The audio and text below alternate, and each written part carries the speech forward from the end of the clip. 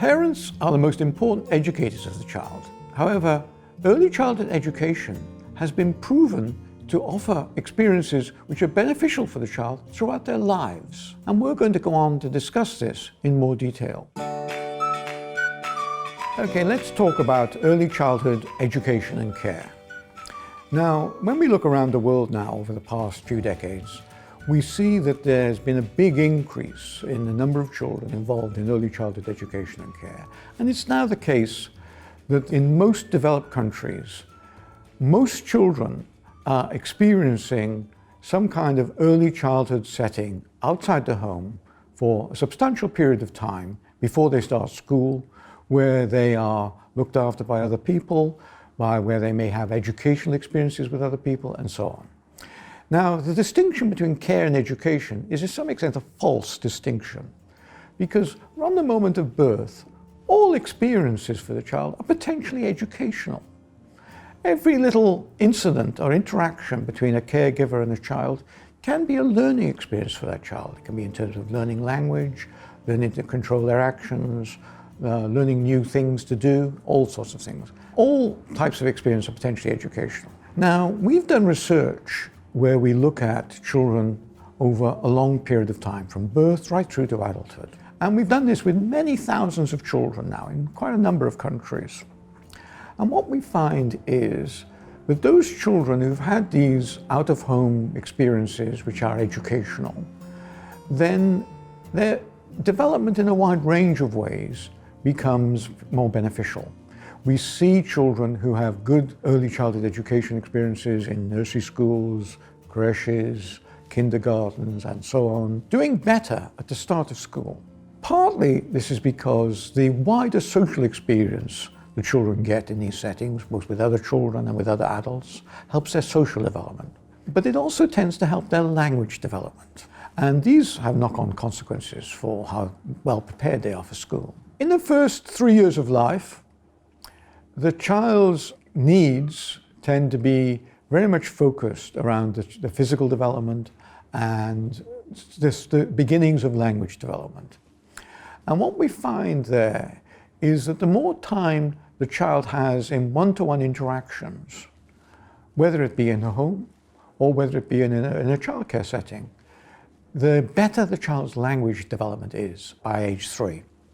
Around age 3, most children will move into a more educationally oriented environment. For example, in France, they have école maternelle, which they've had since the 70s and 80s onwards, which is where there's a nursery school attached to every primary school. And the great majority of French children have been attending these école maternelle since age 3. This has been so successful that the French government has actually made the école maternelle compulsory now, because they found that the very small percentage of children who weren't using this service actually were having a lot more difficulties later on in their lives. And so they felt the need to make it compulsory. Now, this is a very rare occurrence to make it compulsory. In most countries, it's completely voluntary. But even where it's completely voluntary, you find that the great majority of parents opt to take this opportunity for their children. In England, for example, we introduced universal, free, state-funded early education for children from age 3 back in 2004. We find that 97% of families take up this option, and this option has benefits for the children. It improves their language development, it improves their social development. When they start school, they achieve literacy scores more easily than children who don't have this experience.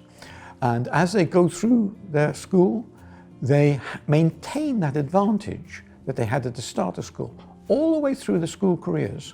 So when we look at their development and their educational performance, at the end of school, when they're 18, we find that the experiences they had in those first 5 years, in early education and so on, actually has an impact on what they're like when they're leaving school.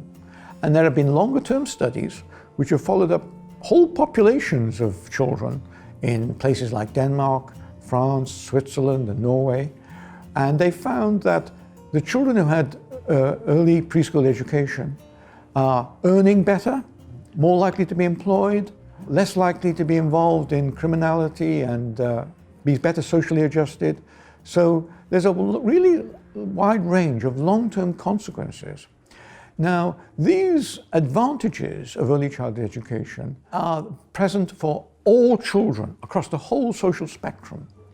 However, the advantages for children from more disadvantaged circumstances are particularly strong, where they show even more benefits. What also affects the experiences and development of the children is the quality of the early experiences they're offered. So where there are more highly trained staff, where there are staff more aware of the children's development, where there are staff who take a more active interest in interacting in a responsive way with children, these all improve the quality of the experiences for the children, and the benefits are even more pronounced in those cases. So I would recommend all parents take advantage of opportunities for early childhood education for their children. And this can be through family daycare or childminders in the first few years. And certainly from 3 years upwards, children should be involved in group experiences that would happen in nursery schools, creches, kindergartens, and so on. And those children will enjoy it, they will benefit from it, and of course, it also gives the parents a break to some extent. So there's benefits all around from this. And so I heartily recommend it to everybody.